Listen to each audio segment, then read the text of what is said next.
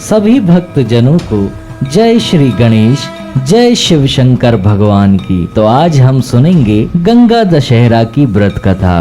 गंगा दशहरा के पावन अवसर पर गंगा स्नान, गंगा पूजन तथा इससे संबंधित पौराणिक कथा सुनने का विशेष महत्व है। तो प्रारंभ करते हैं गंगा दशहरा व्रत कथा। पौराणिक काल में अयोध्यापति महाराज सगर ने एक बार विशाल यज्ञ का आयोजन किया और उसकी देख रेख की जिम्मेदारी अपने पौत्र अंशुमन को सौंप दी।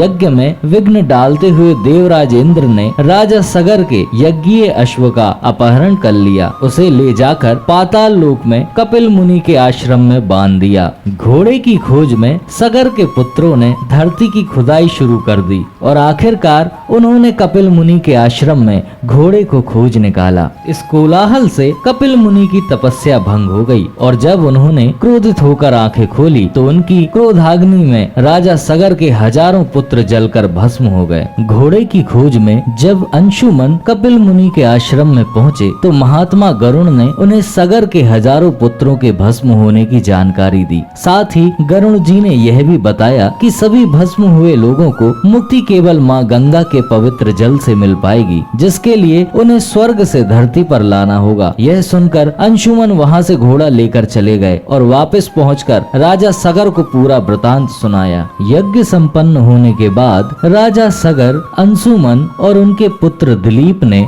गंगा को धरती पर लाने की बहुत कोशिश की, लेकिन वे सफल नहीं हो सके। कई वर्षों के पश्चात दिलीप के पुत्र भागीरथ ने देवी गंगा को पृथ्वी पर लाने के लिए कठोर तपस्या की, जिसे देखकर माँ गंगा प्रसन्न हुई और उनसे वरदान मांगने के लिए कहा। राजा ने माँ से कहा, धरती पर आने का आग्रह किया, जिससे उनके पूर्वजों की आत्मा को शांति मिल पाए। माँ गंगा धरती पर आने के लिए मान गईं, लेकिन उन्होंने भागीरथ को बताया कि अगर वह स्वर्ग से सीधा पृथ्वी पर आएंगी तो पृथ्वी उनके वेग और गति को सहन नहीं कर पाएगी। इस समस्या के समाधान के लिए देवी गंगा ने भागीरथ को भगवान शिव की आराधना करने के लिए कहा। इसके बाद भागीरथ शिव भक्ति में पूरी तरह लीन हो गए और इससे प्रसन्न होकर स्वयं महादेव ने उन्हें दर्शन दिए। जब शिव जी ने उन्हें वरदान मांगने के लिए कहा तो उन्होंने अपनी समस्या के बारे में बताया। भागीरथी की समस्या सुनकर महादेव ने इसका समाधान निकाला और गंगा जी को अपनी जटाओं में कैद कर लिया। फिर जटा से एक लट खोल दी,